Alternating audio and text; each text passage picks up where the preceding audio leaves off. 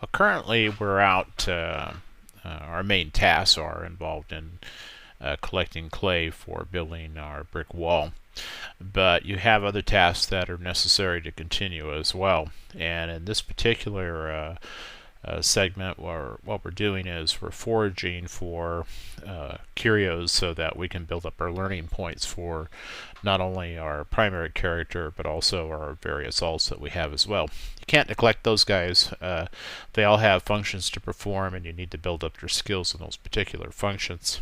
In this particular case, the avatar that I'm using is out collecting curios so that he can build up his unarmed combat skills, and I'd like to get to about 300 or so that he can he can go pretty much wherever he wants and be able to deal with a fair number of enemies that he might encounter. So this guy will also collect curios for some of the other alts as well, of course, so that they also can build up their specialties as well. So here we go with this little particular segment, and we'll be off and running.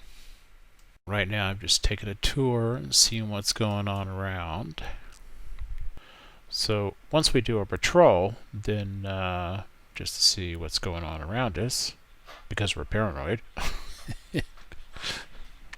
Always a good thing for this game.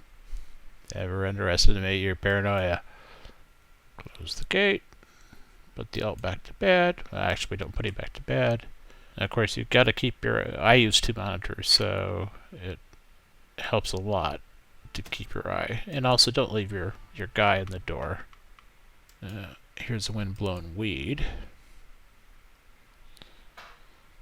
Now, kind of what we're doing today is, in addition to just foraging, is we're also looking for things like itsy bitsy spiders and itsy bitsy spider webs, which are good points to have.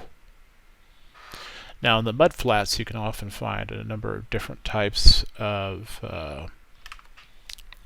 forageables, and I certainly will not ignore them. Okay, so this one is a thorny thistle. So here's some more. Pick this guy up. Now, as I said before, the reason I'm doing this is to try to pick up other things actually, as opposed to spindly taproots, which I don't really need. But you can always find stuff in them sometimes, and just the very act of seeing them is you know, it doesn't take that much effort to pick them up. And if you look out with one of them, you're going to be in good shape. There's a rabbit, and of course with a rabbit you can find a rabbit's foot, but the number of times I've only found a rabbit's foot once, and let me tell you, I've processed quite a few bunnies in my time. So I'd say the benefit ratio of getting rabbit's feet out of bunnies is pretty low. And of course, wandering around the mud flats, I've never seen a boar or a bear, but those could be famous last words for all the good they might do me. Here's this little settlement over here. Wow, look at all the fires. My goodness. Like a regular picnic over here. He's got some pumpkins going, but he's got no palisades. These guys aren't into palisades. Which, you know, if you get a pally basher, and palisade's not going to do you much good. But still, you can't see it. You can't see the body with the enders off. Dude, this guy's got most of his stuff. His crates are open, and he's got 2 of the crates still closed. I wonder if he's still alive. Certainly got a lot of the presses, or the mills out here. Our friend, he's got his crops going. It's got some moderate crops. He's got some wood down, so that's always a good thing. Hey, a runestone. Sometimes they say odd things. I like that one.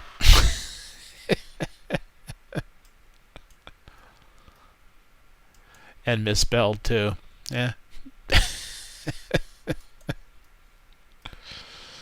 Now wait a minute. There's something new there. There's a dwelling over there. I guess it's just a platform though. No dwelling.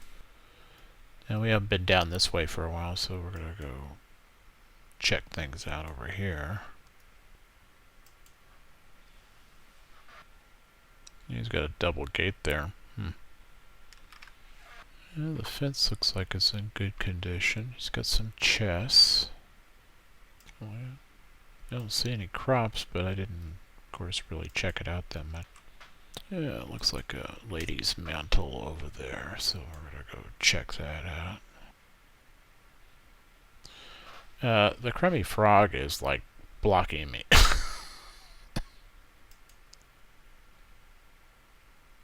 Saw a ladybug over here, so we're gonna go get that guy. Ladybugs are always good to have.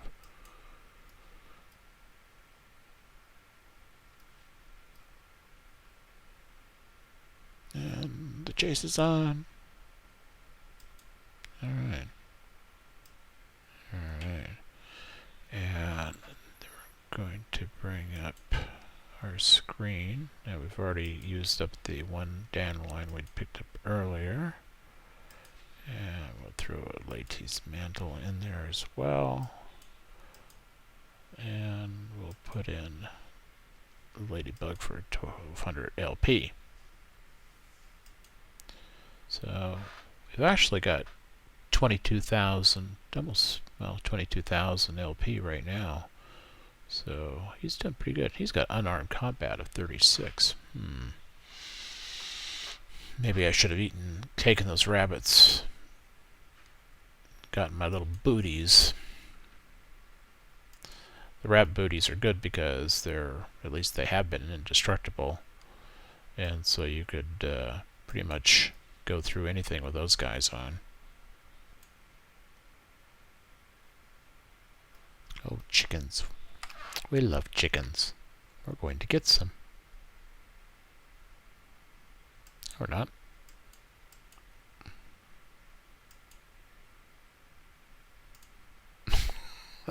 Lucky for those chickens. We almost had fried chicken for dinner. Nothing now. Darn. The takeaway for this particular scenario is that you need to always keep your main characters or your avatars continuing to improve.